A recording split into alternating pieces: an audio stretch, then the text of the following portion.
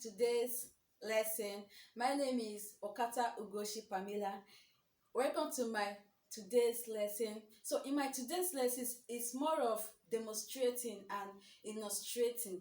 So we are going to be learning the Igbo names of all the parts of the body. Secondly, we are going to be learning our poem. So we are going to stand up because it's more of demonstrating. Going to stand up. So first we are going to be learning the Igbo names of all the parts of the body.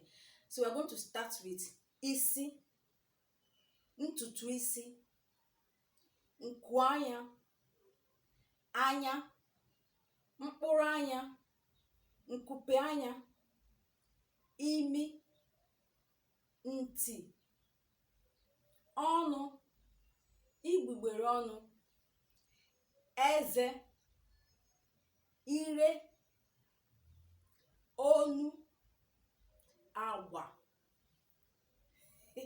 Yes, I got it. Yes. Ntị, ọla ntị,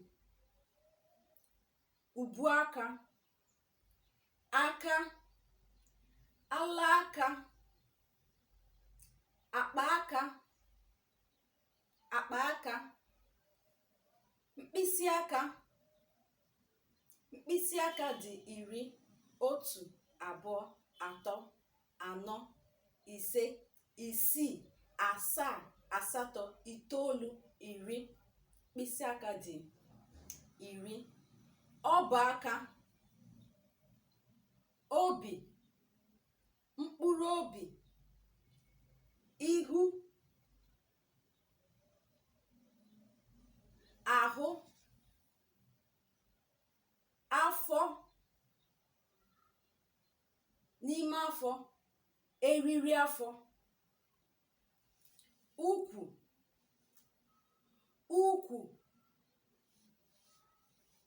mpata ụkwụ,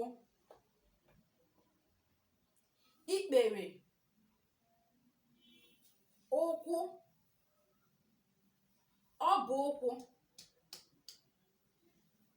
mkpụrụ ụkwụ,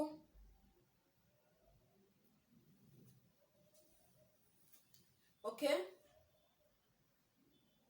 azụ. Okay, we are going to move to our poem. The English version of this our poem is my head, my shoulder, my nail, my toe, my head, my shoulder, my nail, my toe, my head, my shoulder, my nail, my toe, they all belong to Jesus. So our Igbo version of it is, so we're going to stand up. Let's stand up first. Let's stand up. Okay. The Igbo version of it is isimu, ubumu, ikperemu ukwu, isimu, ubumu, ikperemu ukwu, isimu, ubumu, ikperemu ukwu, ha niile bụ nke Chukwu. Isimu, ubumu, ikperemu ukwu, isimu, ubumu, ikperemu ukwu, isimu, ubumu, ikperemu ukwu, ha niile bụ nke Chukwu. Okay, let's go on.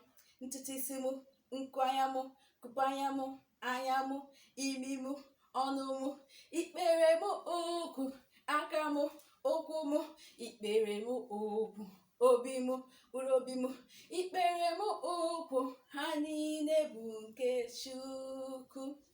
Ntị mụ, ọla ntị mụ, ntị mụ, agba mụ, ikpere mụ ukwu, olu mụ, eze mụ, ikpere mụ ukwu, afọ mụ, ukwu mụ, ikpere mụ ukwu, ha niile bụ nke Chukwu.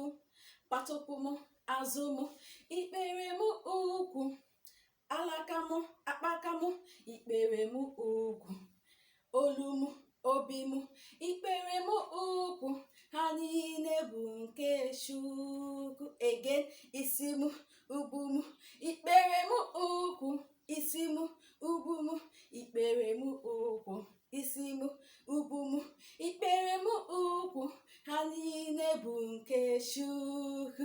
Yes, you got it. All right, this is all for today's lesson.